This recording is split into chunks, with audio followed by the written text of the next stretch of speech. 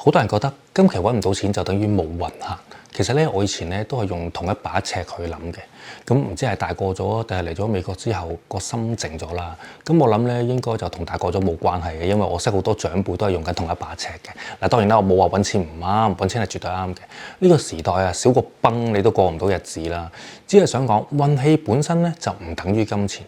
只係咧，社會令我哋所有意識都集中咗喺錢嗰度，自然會放大到乜嘢都係為咗錢而去思考。反而咧，宏觀整個人生咧，就會明白點樣等錢嚟，就永遠容易過去揾錢嘅。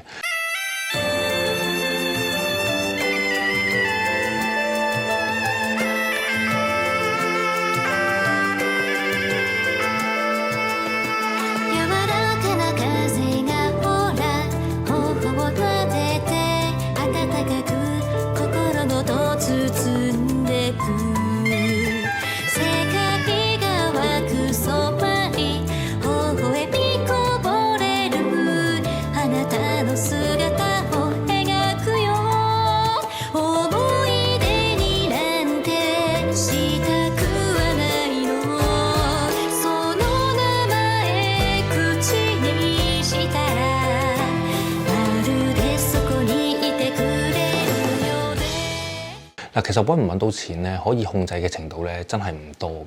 由始至終咧，係你放自己喺一個乜嘢位置嘅啫。嗱，首先我哋唔好曲解咗運氣兩個字先。嗱，我會理解成生命與時機。無論咧咩貴人啊、財運等等啦，而機率最低嘅當然係大家啦，包括我在內啦，都好想中嘅六合彩。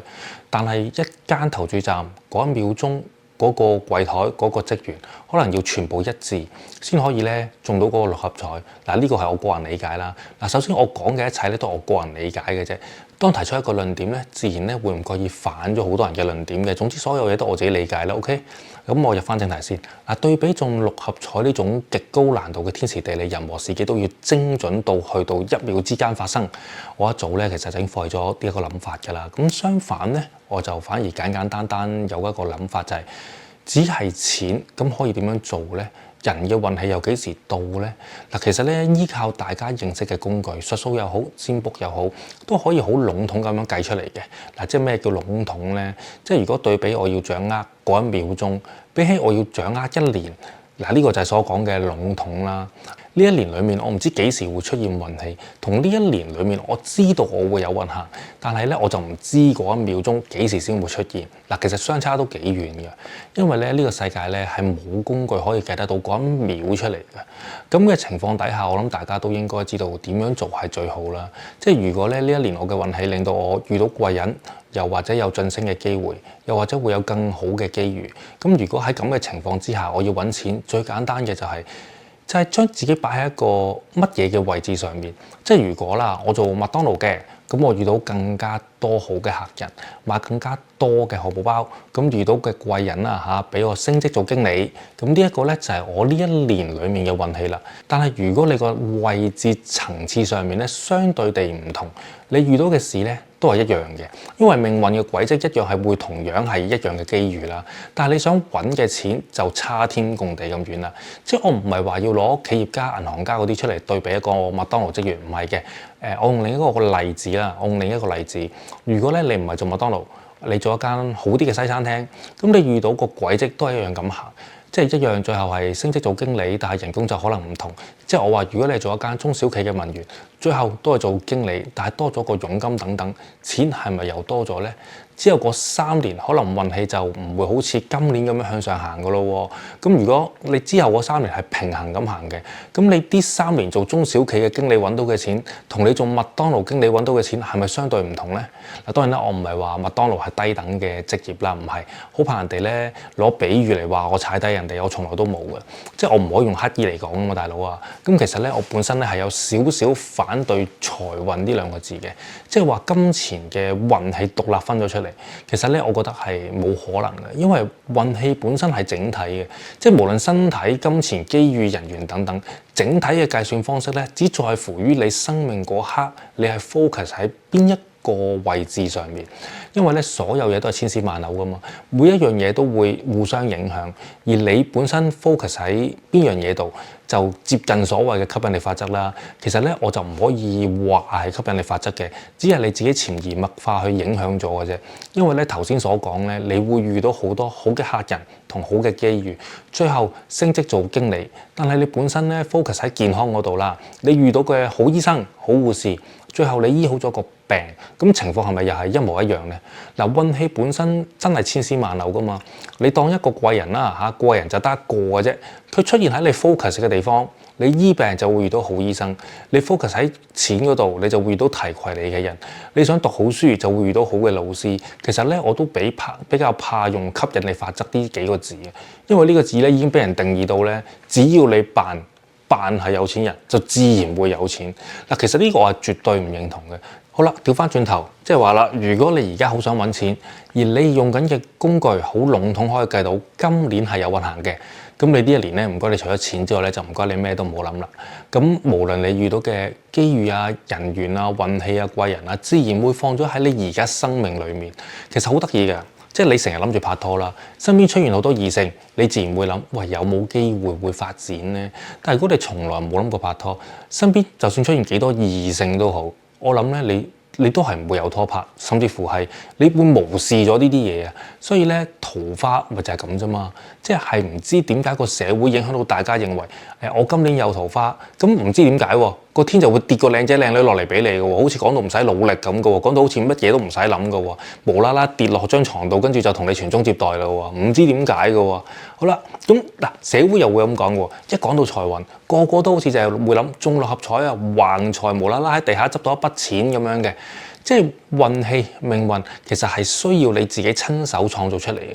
同時間你要接住佢，即係本身個運作就係咁噶啦，係咪先？不過咧呢樣嘢咧就好牽涉到利益關係嘅。講真，嗱正常人係唔會識得用工具去知道自己今年好運定唔好運嘅啦。最多咪幾廿蚊街邊買本命運之書睇下，咁你就會去斷定今年嘅一切。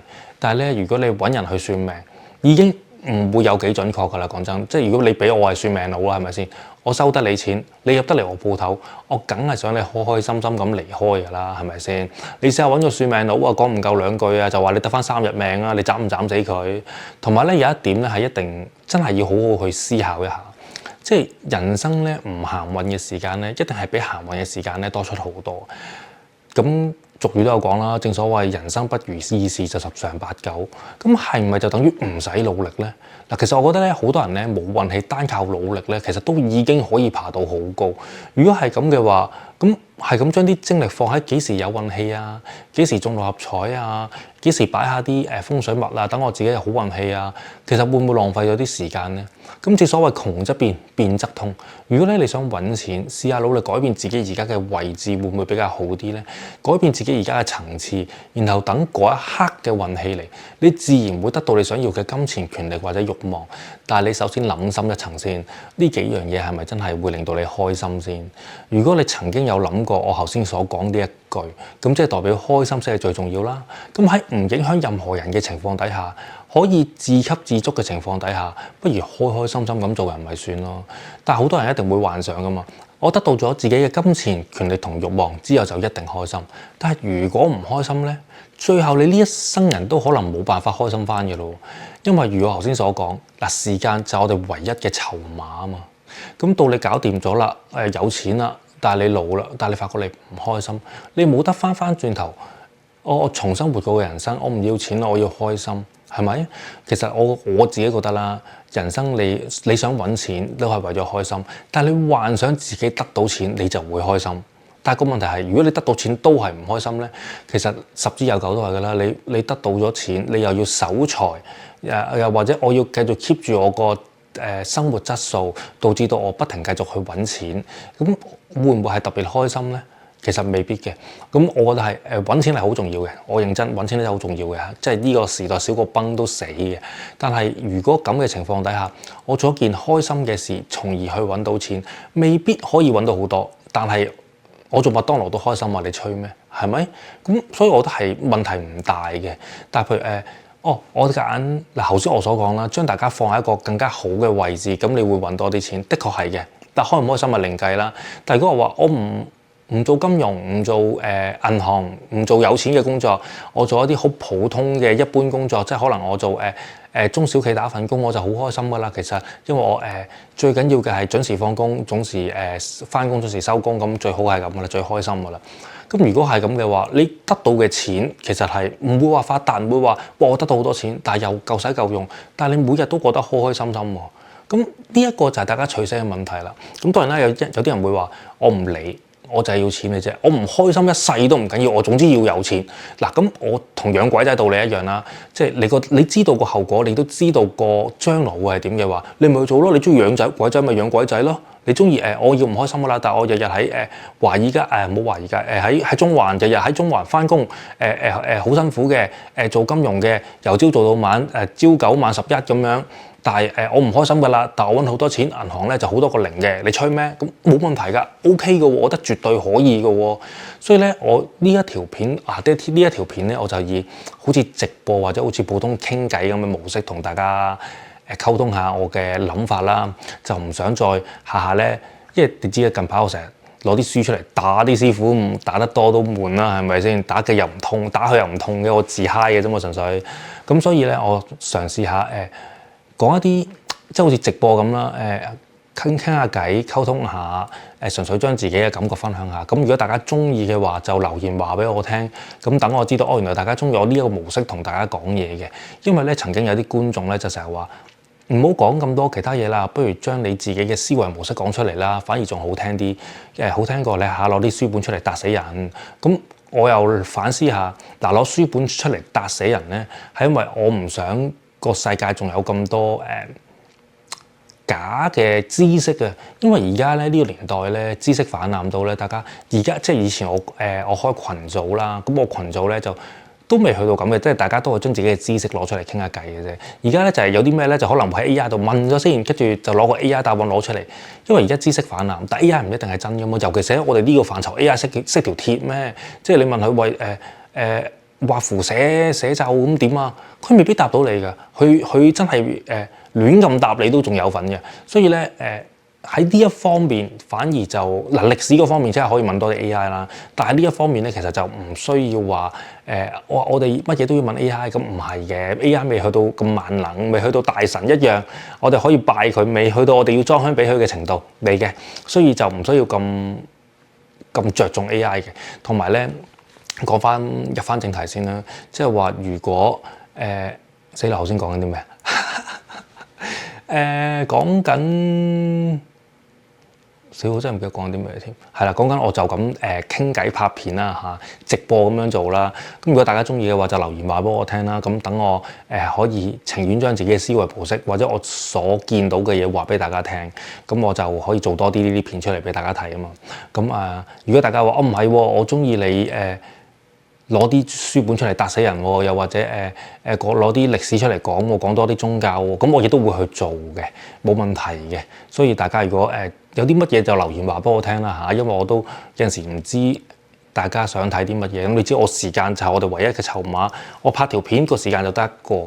咁拍乜嘢片種咧，就睇下大家想睇啲乜嘢啦。因為係咯。咁今日係咁多先啦，都真係傾偈咁傾㗎啦，打字幕真係打死人㗎。咁有啲咩就同大家講啦。咁記得訂閱同埋留言啦嚇，訂閱同埋點讚啦，多謝大家收睇。咁多位朋友，我會留喺美國一段時間，有冇加州嘅朋友或者三藩市嘅朋友咧，可以 email 我嘅，咁約下我，等我再了解更加多美國嘅事，好冇？多謝你哋。頻道嘅觀眾朋友，小弟誠意邀請散落世界各地嘅你。如果你中意玄學或者法科，或者對各種靈異故事特別有興趣嘅話，我都好歡迎你哋加入我嘅 WhatsApp 群組，一齊分享自己嘅親身經歷同埋感受，亦都可以俾我啦收集更加多靈異或者神棍嘅故事，等我可以分享上 YouTube 俾唔同嘅朋友知道啦。